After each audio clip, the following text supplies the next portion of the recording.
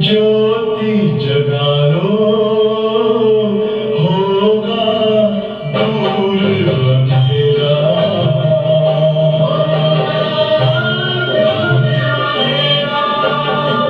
शिव का कर लो ध्यान, आ रहा पावन पुण्य सवेरा।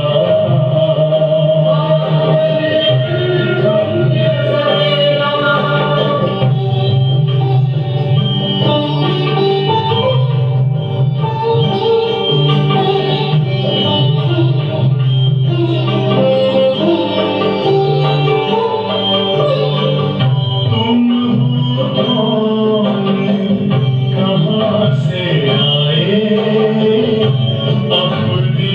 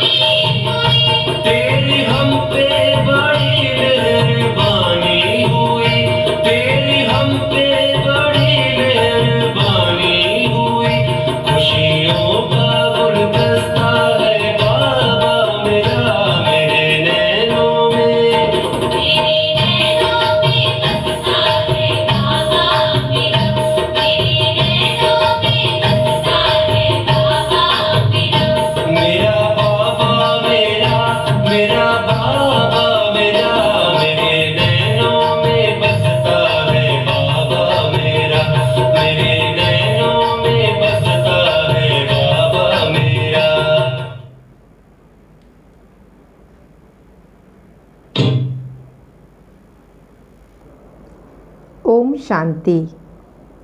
आज बाबा के 17 तारीख के महावाक्य हैं। मीठे बाबा ने कहा, मीठे बच्चे याद में रहो तो दूर होते भी साथ में हो। याद से साथ का भी अनुभव होता है और विकर्म भी विनाश होते हैं। प्रश्न है, दूरदेशी बाप बच्चों को दूरादेशी बनाने के लिए कौन सा ज्ञान देते हैं? दूर देश का रहने वाला बाप अपने दूरानदेशी बच्चों को कौन सा ज्ञान देते हैं? हाँ, बाबा हम बच्चों को कितना दूर देश का बना रहा है और साथ साथ दूरानदेशी बनाना, अर्थात बाबा कहते हैं मेरे बच्चे त्रिकालदर्शी हैं, अर्थात तीनों कालों को देखने वाले हैं। तो बाबा ने कहा उत्तर में, आत्मा कैसे चक्र में भिन्न भिन्न वर्णों में आती है, इसका ज्ञान दूरानदेशी बाप ही देते हैं। तुम जानते हो अभी हम ब्राह्मण वर्ण के हैं। इसके पहले जब ज्ञान नहीं था तो शूद्र वर्ण के थे, उसके पहले वैश्य वर्ण के थे। दूर देश में रहने वाला बाप आकर यह दूरादेशी बनने का सारा ज्ञान बच्चों को देते हैं। गीत है आज का, जो पिया के साथ है उनके लिए सदा ज्ञान की बरसात है। ओम शांति, ओम शांति। जो ज्ञान सागर के साथ है उनके लिए ज्ञान की बरसात है। तुम बाप के साथ हो ना, भल विलायत में हो व कहाँ भी हो, साथ तो हो, याद तो रखते हो। जो भी बच्चे याद में रहते हैं वो तो जैसे सदैव साथ में हैं। याद में रहने से साथ रहते हैं और विकर्म भी विनाश होते हैं। फिर शुरू होता है विकर्माजीत संवत, अर्थात संगम युग पूरा होता है और सतयुग से विकर्माजीत संवत शुरू होता है। फिर जब रावण राज्य होता तब कहेंगे राजा विक्रम का संवत, वह विकर्माजीत वो विकर्मी। अभी तुम विकर्माजीत बन रहे हो। आज बाबा एक छोटा सा प्रश्न पूछते हैं। सतयुग में देवताएं यह जानते हैं कि हम आदि सनातन देवी देवता धर्म के हैं। क्या उत्तर देंगे कि क्या सतयुग में ये देवताएं जानते हैं कि हम आदि सनातन देवी देवता धर्म के हैं? जानते होंगे। बाबा ने कहा जैसे तुम समझते हो हम हिंदू धर्म के हैं, कोई कहेंगे हम क्रिश्चियन धर्म के हैं, वैसे वहाँ देवताएं अपने को देवी देवता धर्म का समझते होंगे। हाँ, बाबा पूछ रहे हैं, ये विचार करने की बात है। वहाँ दूसरा कोई धर्म तो है नहीं जो समझें कि हम फलाने धर्म के हैं। यहाँ बहुत धर्म हैं तो पहचान देने के लिए अलग अलग नाम रख दिए गए हैं। फिर बाबा कहते हैं बच्चों को ये भी समझाया है कि यह जो कहते हैं कि महाप्रलय होगी, अर्थात कुछ भी नहीं रहेगा, ये तो रॉन्ग है ना। हाँ, बाबा कहते हैं कि किसी को भी ज्ञान सुनाते हैं तो कभी ये नहीं कहें कि महाप्रलय होगी या विनाश हो जाएगा। हम बच्चे अपने शब्दों का परिवर्तन करें और हम ये कहें कि परिवर्तन होने वाला है। तो परिवर्तन से क्या लगता है कि अभी हम पुरानी दुनिया से नई दुनिया में कन्वर्ट हो रहे हैं। तो बाप बैठ समझाते हैं राइट क्या है। शास्त्रों में तो जलमयी दिखा दी, बाप समझाते सिवाय भारत के बाकी तो जलमयी हो जाती है। इतनी बड़ी सृष्टि क्या करेंगे। एक भारत में ही देखो कितने गांव हैं, पहले जंगल होते फिर धीरे धीरे कितनी वृद्धि हो गई। वहाँ तो सिर्फ तुम आदि सनातन देवी देवता धर्म के रहते हो, यह तुम ब्राह्मणों की बुद्धि में बाबा धारण करा रहे हैं। अभी तुम जानते हो ऊंचते ऊंच शिव बाबा कौन है, उनकी पूजा क्यों की जाती है, अक आदि के फूल क्यों चढ़ाते हैं, वो तो निराकार है ना। हाँ, बाबा ने कहा निराकार की पूजा कैसे हो सकती है। इसलिए बाबा पूछ रहे हैं, एक तरफ कहते हैं नाम रूप से न्यारा है, फिर बाबा ने कहा नाम रूप से न्यारी तो कोई चीज़ होती ही नहीं। तब क्या है, जिनको फूल आदि चढ़ाते हैं पहले पहले पूजा उनकी होती है, मंदिर भी उनके बनते हैं, क्योंकि भारत की और सारी दुनिया के बच्चों की सर्विस करते हैं, मनुष्यों की ही सर्विस की जाती है। तो इस समय तुम अपने को देवी देवता धर्म के नहीं कहला सकते। तुमको पता ही नहीं कि अभी हम देवी देवता धर्म के बन रहे हैं। अभी बाप समझाते हैं तो समझाना चाहिए। यह नॉलेज सिवाय बाप के और कोई दे ना सके। उनको तो कहा जाता है ज्ञान का सागर, नॉलेजफुल। गाया हुआ है ना, रचता और रचना को ऋषि मुनि आदि कोई भी नहीं जानते। सब कहते हैं नेति नेति, अर्थात हम नहीं जानते। जैसे छोटे बच्चे को नॉलेज है क्या, जैसे जैसे बड़े होते जाएंगे उनकी बुद्धि खुलती जाएगी, बुद्धि में आता जाएगा विलायत कहाँ है, वो कहाँ है। तुम बच्चे भी पहले इस बेहद की नॉलेज को कुछ भी नहीं जानते थे। ये भी कहते हैं भल हम शास्त्र आदि पढ़े थे, परंतु समझते तो जैसे कुछ भी नहीं थे। मनुष्य ही इस ड्रामा में एक्टर है ना। सारा खेल दो बातों पर बना हुआ है, भारत की हार और भारत की जीत। भारत में सतयुग आदि के समय पवित्र धर्म था, इस समय तो अपवित्र धर्म है। अपवित्रता के कारण अपने को देवता थोड़ी कहला सकते हैं, फिर भी श्री श्री नाम रखते हैं। हाँ, बाबा ने कहा कि श्री माना होता है श्रेष्ठ, तो ऐसे तो कोई भी मनुष्य अपने नाम के आगे श्री शब्द लगाए, या कोई भी साधु संत महात्मा हाँ श्री श्री 1008 या कितने सारे अपने ऊपर टाइटल रखते हैं। तो बाबा ने कहा कि श्री तो श्रेष्ठ को कहा जाता है, और इस समय श्रेष्ठ तो कोई है ही नहीं। श्रीमद् भगवान वाच कहा जाता है, तो अब श्री कौन ठहरे, जो बाप के सम्मुख सुनकर श्री बनते हैं, या जिन्होंने अपने को श्री श्री कहलाया है। हाँ, बाबा कहते अपनी बुद्धि से जज करो कि श्री कौन ठहरे। हाँ, जो बाप के सम्मुख सुनकर के श्रेष्ठ बनते हैं, या जिन्होंने अपने को कहलाया या स्वयं ही अपने ऊपर टाइटल रख लिए हैं। बाप के कर्तव्य पर जो नाम पड़े वो भी अपने ऊपर रख दिए। ये तो सब है रेजगारी की बातें। हाँ, बाबा कहते हैं ये तो दुनिया में होता ही रहता है। कोई एक व्यक्ति अच्छा काम करता है, उसको देखकर उसके पीछे करने लगते हैं। किसी एक ने एक कहानी सुनाई, उसको देख के सबने सुना दी। तो बाबा कहते हैं कि जब मैं संगम युग पर आकर के इतना ऊंचा ज्ञान अपने बच्चों को देता हूँ, तो बाकी फिर दुनिया वाले सुन करके भी वही बातें सुनाने लगते हैं। तो इसलिए बाबा कहते ये तो सारी रेजगारी की बातें हैं। फिर भी बाप कहते बच्चों, एक बाप को याद करते रहो, यही वशीकरण मंत्र है।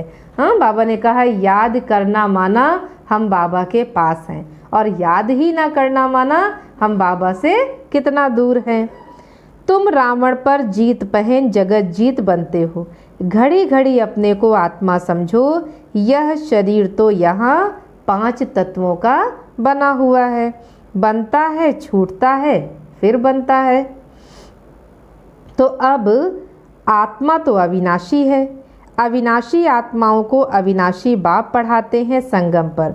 भल कितने भी विघ्न आदि पड़ते हैं, माया के तूफान आते हैं, तुम बाप की याद में रहो। बाबा फिर से हमें पक्का करा रहे हैं कि कितने भी माया के तूफान आए, कितनी भी परिस्थितियां आए, लेकिन बाबा की याद से हमें दूर नहीं होना है। तो तुम बच्चे समझते हो हम ही सतो प्रधान थे, फिर तमो प्रधान बन गए। तुम्हारे में भी नंबरवार जानते हैं ना। तुम बच्चों की बुद्धि में है हमने ही पहले पहले भक्ति की है। जरूर हमने भक्ति की तो शिव के मंदिर भी हमने बनाए, क्योंकि धनवान भी तो बहुत होते हैं ना। बड़े राजा को देख फिर और भी राजा करने लगते हैं, प्रजा भी फिर करेगी। ये तो सब डिटेल की बातें हैं। फिर बाबा कहते 1 सेकंड में जीवन मुक्ति कहा जाता है ना। फिर कितने वर्ष लग जाते हैं समझाने में। ज्ञान तो सहज है, इसमें टाइम थोड़ी लगता है जितना याद की यात्रा पर लगता है। हाँ, ज्ञान तो 7 दिन का है।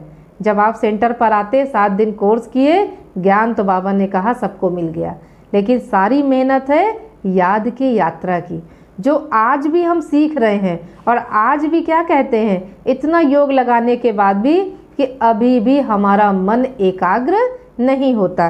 तो इसलिए बाबा ने कहा कि ज्ञान तो सहज है, टाइम नहीं लगता है, लेकिन याद की यात्रा में टाइम लगता है। पुकारते भी हैं बाबा आओ, आकर हमें पतित से पावन बनाओ। फिर बाबा कहते बच्चे, पावन दुनिया कहते हैं सतयुग को, इसको तो पतित दुनिया कहेंगे ना। पतित दुनिया कहते हुए भी अपने को समझते थोड़े ही हैं। हाँ, भगवान के आगे कहेंगे मुझ निर्गुण हारे में कोई गुण नहीं। फिर मंदिर में आरती करेंगे, मैं मूर्ख खलकामी कृपा करो भरता। और अब बाबा कहते हैं कि कोई अपने को समझते थोड़े ही हैं, भले मंदिर में जा कर के कहते हैं। तो बाबा ने कहा अपने प्रति घृणा नहीं रखते। तुम किसके हाथ का नहीं खाते हो तो कहते हैं हम अछूत हैं क्या। हाँ, ये तो बहुत सुनने को मिलता है कि जब किसी के घर में कोई चीज़ नहीं स्वीकार करो तो उनको बुरा लगता है। तो बाबा ने कहा अरे तुम खुद ही कहते हो पतित तो सब हैं, तुम कहते भी हो हम पतित हैं, ये देवताएं पावन हैं, तो पतित को क्या कहेंगे। गायन भी है ना, अमृत छोड़ विष काहे को खाए। विष तो खराब है ना। बाप कहते ये विष तुमको आदि मध्य अंत दुख देते हैं। इसलिए मंदिर में हमने ये भी गाया, विषय विकार मिटाओ पाप हरो देवा। तो एक तरफ हम कह रहे हैं भगवान से कि हमारे विषय विकारों को आप मिटा दो, और फिर खुद ही हम उन विषय विकारों में डूबे हुए, हम उनसे खुद मुक्त नहीं होना चाहते।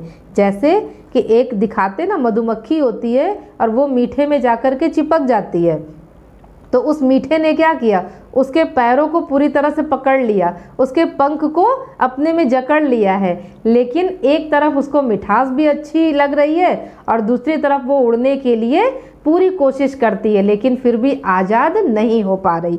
तो बाबा कहते हैं कि आज दुनिया की भी यही हालत है कि एक तरफ मंदिरों में गाते हैं और दूसरी तरफ उनके कर्म वैसे के वैसे ही रहते हैं।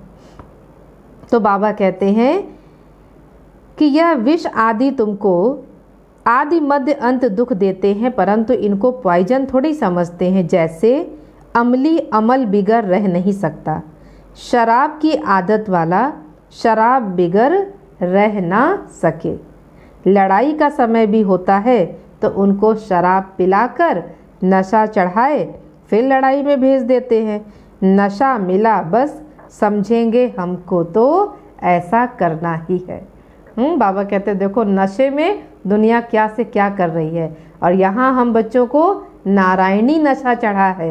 हाँ, हम बच्चों को ये नशा है कि हमें स्वयं भगवान पढ़ाते। तो बाबा कहते हैं हम बच्चे कितना अपने अंदर परिवर्तन कर सकते हैं। बाबा ने कहा उनको मरने का डर नहीं होता, कहाँ भी बॉम्ब्स ले जाकर बॉम्ब सहित गिरते हैं। गायन भी है ना, मूसलों की लड़ाई लगी। राइट बात, अभी तुम बच्चे प्रैक्टिकल में देख रहे हो। आगे तो सिर्फ पढ़ते थे पेट से मूसल निकाले, फिर ये किया।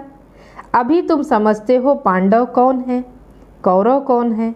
स्वर्गवासी बनने के लिए पांडवों ने जीते जी देह अभिमान से गलने का पुरुषार्थ किया।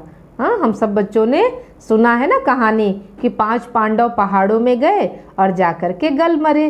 तो बाबा कहते हैं कि वो स्वर्गवासी बने और हम बच्चे भी सतयुगी दुनिया के मालिक बनने के लिए अपने देह भान को गला देते हैं।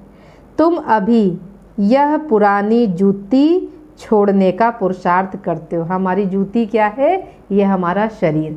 हाँ, जैसे स्थूल में जो जूते चप्पल हम पहनते हैं वो पुराने हो जाते हैं तो हम उनका त्याग कर देते।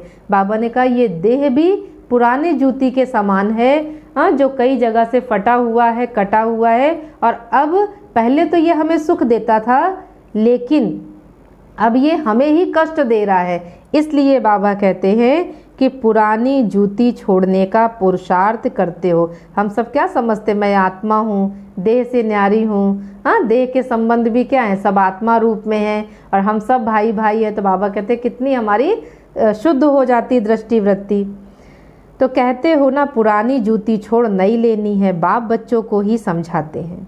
बाप कहते, बच्चे मैं कल्प कल्प आता हूँ, मेरा नाम है शिव, मेरी जयंती भी तो मनाते हो ना। भक्ति मार्ग के लिए कितने मंदिर आदि बनाते हैं, नाम भी देखो कितने रख दिए। देवियों के भी ऐसे नाम रख देते। हाँ, बाबा कहते हैं कि शिव बाबा के नाम इतने बदले और शिव बाबा की ही हम सेवा कर रहे हैं। तो बाबा कहते हैं हम सेवा करें तो हम देवी बन गए। तो भक्तों ने क्या किया, देवियों के नाम भी कितने सारे वैरायटी रख दिए हैं। तो बाबा ने कहा इस समय तुम्हारी पूजा हो रही है। हाँ, अभी बाबा हम बच्चों को तुरंत मंदिर में बिठा दिए। अभी महसूस करो मुरली सुनते सुनते कि हम सब किसी न किसी मंदिर में विराजमान है और भक्त हमारी पूजा कर रहे हैं और हम देवी रूप में, देवता स्वरूप में मंदिर में बैठे हुए हैं। और वो मंदिर बहुत सुंदर है। हाँ, बहुत सारे भक्त हैं, बहुत अच्छे से हम ऐसे अगर सोचेंगे, ऐसा चिंतन करेंगे तो कहते हैं जैसा हम सोचते हैं वैसा हम बन भी जाते हैं। तो इसलिए बाबा ने कहा इस समय तुम्हारी पूजा हो रही है। ये भी तुम बच्चे ही जानते हो, जिसकी हम पूजा करते थे आज वो हमें पढ़ा रहे हैं। वाह मेरा भाग्य। हाँ, जिसके लिए हम भगवान से कहते थे कि भगवान आपका पता मिल जाए तो हम आपको पत्र लिखें। तो बाबा कहते ऐसा भगवान हमारे सामने अभी बैठा हुआ, वो हमें पढ़ा रहे। जिन लक्ष्मी नारायण के हम पुजारी थे वो अभी हम खुद बन रहे हैं। यह ज्ञान बुद्धि में है ना, सिमरण करते रहो फिर औरों को भी सुनाओ। बहुत हैं जो धारणा नहीं कर सकते। हाँ, बाबा ने कहा कई बच्चे हैं जो ज्ञान सुनते तो बहुत हैं लेकिन धारणा नहीं कर सकते। फिर बाबा ने क्या कहा कि बाबा कहते जास्ती धारणा नहीं कर सकते हो तो कोई हर्जा नहीं, याद की तो धारणा है। हाँ, बाबा कहते ज्ञान सुनाना कोई बहुत बड़ी कला नहीं है।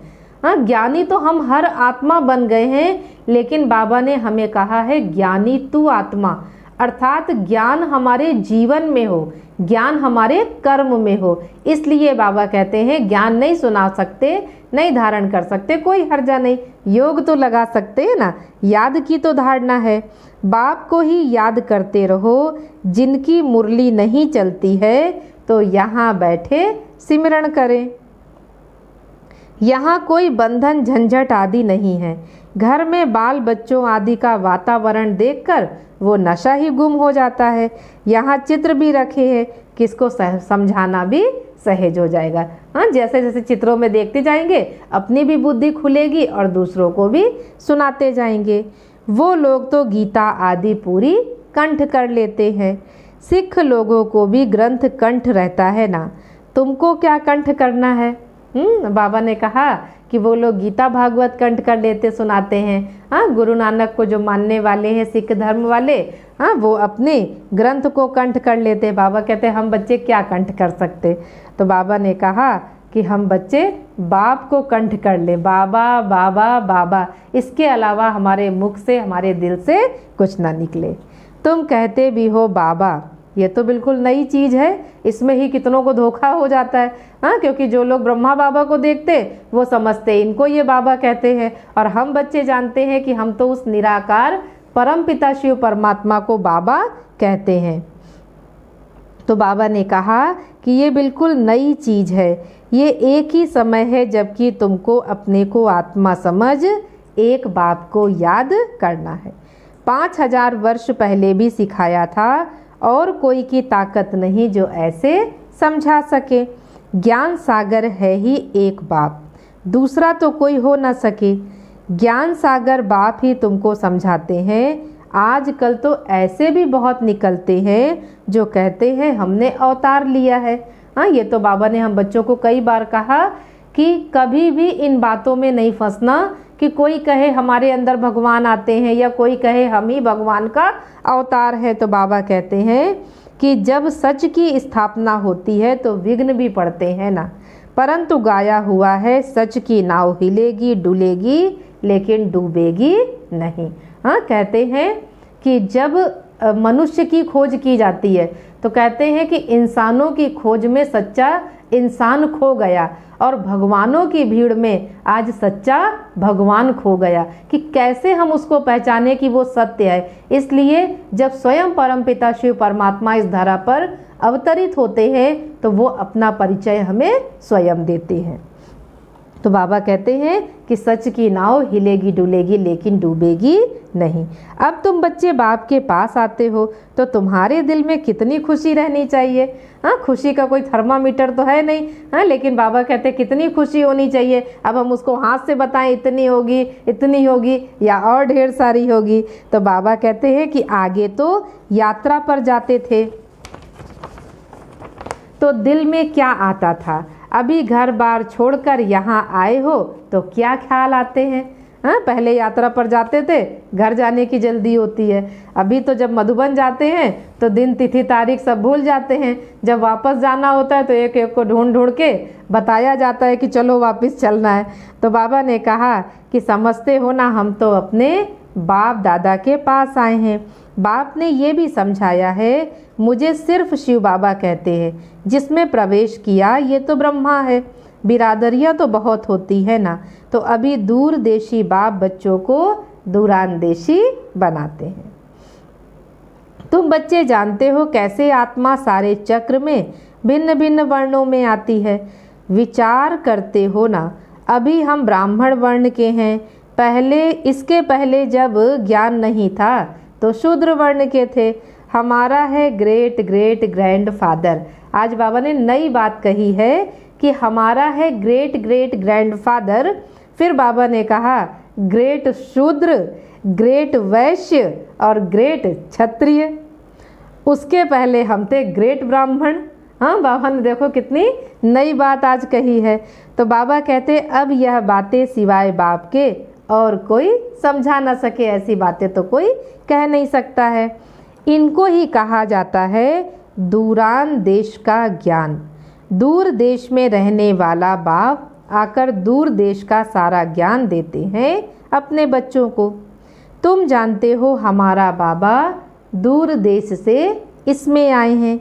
ये पराया देश है, पराया राज्य है। शिव बाबा को तो अपना शरीर है नहीं, पर वो है ज्ञान का सागर। स्वर्ग का राज्य भी उनको देना है ना, कृष्ण थोड़े ही देंगे, शिव बाबा देगा। अब कृष्ण को तुम बाबा तो नहीं कहेंगे। बाप राज्य देते हैं, बाप से वर्षा मिलता है। अभी हद के वर्षे सब पूरे होते हैं।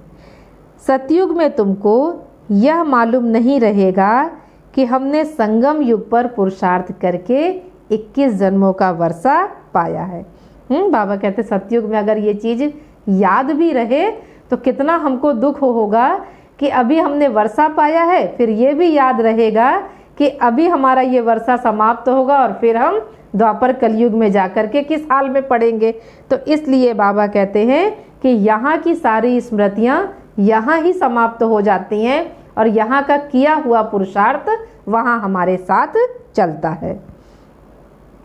तो बाबा ने कहा कि अभी 21 पीढ़ी यानी पूरी आयु, जब शरीर बूढ़ा होगा तब समय पर शरीर छोड़ देंगे। जैसे सर्प अपनी पुरानी खाल छोड़ता है, ऐसे हमारा भी पार्ट पूरा होगा तो हम इस देह रूपी खाल को छोड़ देंगे। तुम सच्चे सच्चे ब्राह्मण हो। तुम्हें भ्रमरी भी कहा जाता है। हाँ, अभी बाबा ने पहले सर्प का मिसाल दिया, जो सर्प अपनी पुरानी खाल को छोड़कर नई लेता है, अर्थात हम बच्चे भी इस देह रूपी खाल को छोड़ रहे। फिर बाबा ने कहा कि तुम्हें भ्रमरी कहा जाता है। तुम कीड़ों को आप समान ब्राह्मण बनाती हो। तुम्हें कहा जाता है कि कीड़े को ले आकर बैठकर भूं भूं करो। भ्रमरी क्या करती, घर बनाती है, हाँ, उसमें कीड़े को रखती है, फिर भूं भूं करती है। तो बाबा ने कहा कि जब भ्रमरी भूं भूं करती है तो कोई को पंख भी निकल आते हैं, कोई फिर मर जाते हैं। हाँ, किसी को पंख निकल आए और कोई चला गया। मिसाल तो अभी की है ना। तुम लाडले बच्चे हो। बच्चों को नूरे रतन भी कहा जाता है। कितना आज बाबा हम बच्चों को अच्छे अच्छे टाइटल दे रहे। बाबा कहते मेरे नूरे रत्न, तुमको अपना बनाया है तो तुम भी हमारे हुए ना। हाँ, नूर, हम सोचो भगवान के नयनों का नूर है। आंखें तो सबके पास होती हैं, लेकिन इन आँखों में रोशनी ना हो तो वो आंखें किस काम की। बाबा कहते हैं वैसे ही हम भगवान की आंखें हैं, और वो भी बाबा ने कहा कि हम नूरे रतन हैं, अर्थात ज्ञान प्रकाश फैलाने वाले हैं। ऐसे तो बाप को जितना याद करेंगे पाप कट जाएंगे, और कोई को भी याद करने से पाप नहीं कटेंगे। इसीलिए कहते हैं ना, जब योग में बैठते हैं तो उस समय भी बाबा की याद रहे। अगर हम बहुत सारी चीज़ों का चिंतन कर रहे हैं, कभी सतयुग घूम रहे हैं, हाँ, कभी गीत सुन रहे हैं, कभी हम मधुबन पहुंच गए, तो बाबा ने कहा ये बात सही है कि उस समय हमसे विकर्म नहीं हो रहे, लेकिन हमारे विकर्म समाप्त भी नहीं हो रहे, क्योंकि योग की जो विधि बताई जाती है वो है अपने को आत्मा समझ करके बाप को याद करना। इसलिए बाबा ने कहा औरों की याद से पाप खत्म नहीं होते हैं। अच्छा, फिर बाबा ने याद प्यार दिया। मीठे मीठे सिकिलधे बच्चों प्रति माता पिता बाप दादा का याद प्यार और गुड मॉर्निंग। रूहानी बाप की रूहानी बच्चों को नमस्ते। हम रूहानी बच्चों की रूहानी बाप दादा को नमस्ते। धारणा के लिए मुख्य सार है, पहली पॉइंट है जीते जी देह अभिमान से गलने का पुरुषार्थ करना है। इस पुरानी जूती में जरा भी ममत्व ना रहे। दूसरी पॉइंट है सच्चा ब्राह्मण बन कीड़ों पर ज्ञान की भूं भूं कर उन्हें आप समान ब्राह्मण बनाना है। फिर आज वरदान दिया बाबा ने, होपलेस में भी होप पैदा करने वाले, अर्थात निराशा में भी आशा पैदा करने वाले सच्चे परोपकारी संतुष्ट मणि भव। होपलेस में भी होप पैदा करने वाले सच्चे परोपकारी संतुष्ट मणि भव। डिटेल है, त्रिकालदर्शी बन हर आत्मा की कमजोरी को परखते हुए उनकी कमजोरी को स्वयं में धारण करने या वर्णन करने के बजाय कमजोरी रूपी कांटे को कल्याणकारी स्वरूप से समाप्त कर देना, कांटे को फूल बना देना, स्वयं भी संतुष्ट मणि के समान संतुष्ट रहना और सर्व को संतुष्ट करना। जिसके प्रति सब निराशा दिखाएं, ऐसे व्यक्ति व ऐसी स्थिति में सदा के लिए आशा के दीपक जगाना, अर्थात दिल शिकस्त को शक्तिवान बना देना। ऐसा श्रेष्ठ कर्तव्य चलता रहे तो परोपकारी संतुष्ट मणि का वरदान प्राप्त हो जाएगा। स्लोगन है आज का, परीक्षा के समय प्रतिज्ञा याद आए तब प्रत्यक्षता होगी। हाँ, कोई भी हमारी जो प्रतिज्ञा भगवान से की हुई है, जैसे बाबा कहते हैं ना कि जब यज्ञ में बेगरी पार्ट आया तो उस समय पहले जिन्होंने बाबा से वायदा किया था तुम ही संग खाऊं तुम ही संग खेलूं, तो जब बेगरी पार्ट आया तो जब खाने पीने को नहीं मिला तो बाबा का हाथ साथ छोड़ करके चले गए। तो इसलिए बाबा ने कहा कि परीक्षा के समय प्रतिज्ञा याद आए तब प्रत्यक्षता होगी। अच्छा, ओम शांति। आज की मुरली के प्रश्न उत्तर, प्रश्न हम नोट करेंगे, उत्तर आप सभी देंगे। पहला प्रश्न है, हम आदि सनातन देवी देवता धर्म के हैं। हम आदि सनातन देवी देवता धर्म के हैं, यह कहने की दरकार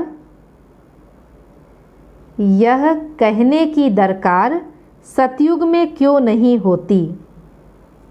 हम आदि सनातन देवी देवता धर्म के हैं, यह कहने की दरकार सतयुग में क्यों नहीं होती।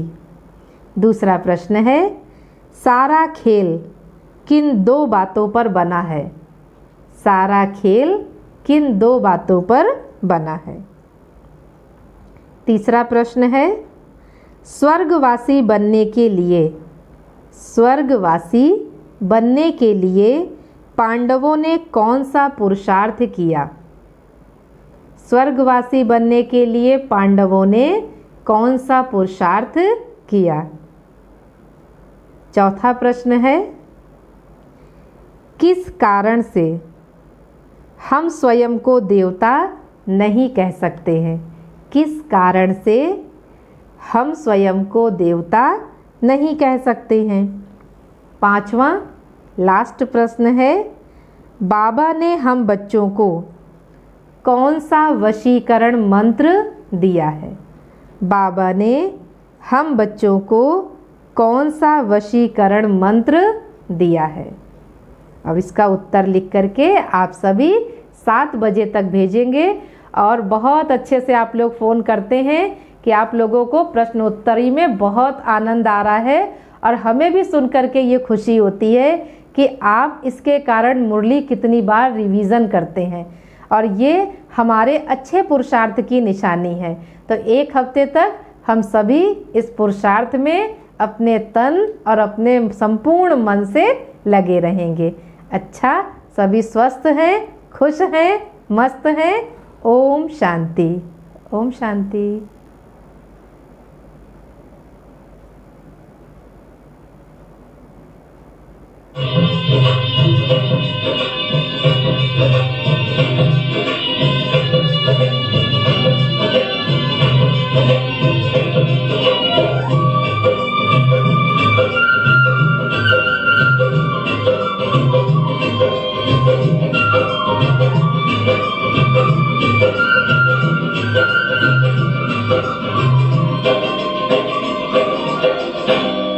सखी मैंने पाए तीन रतन, सखी मैंने पाए तीन रतन, सखी मैंने पाए तीन रतन, सखी मैंने पाए तीन रतन।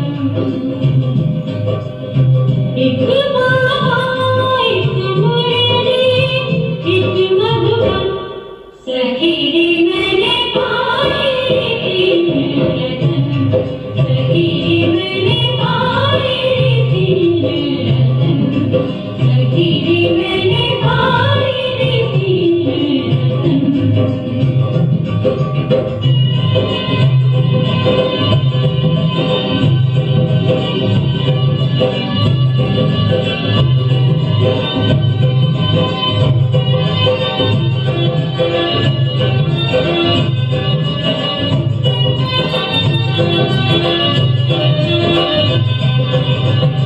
बाबा को नित याद करूं, बाबा को नित याद करूं, उनकी मुरली रोज सुनूं, उनकी मुरली रोज सुनूं।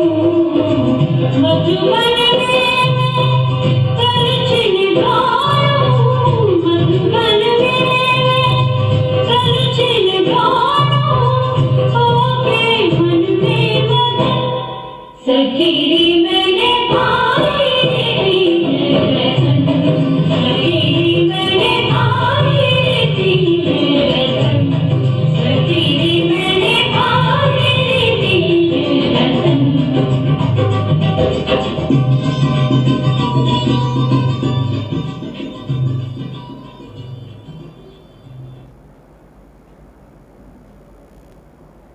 ओम शांति, ओम शांति।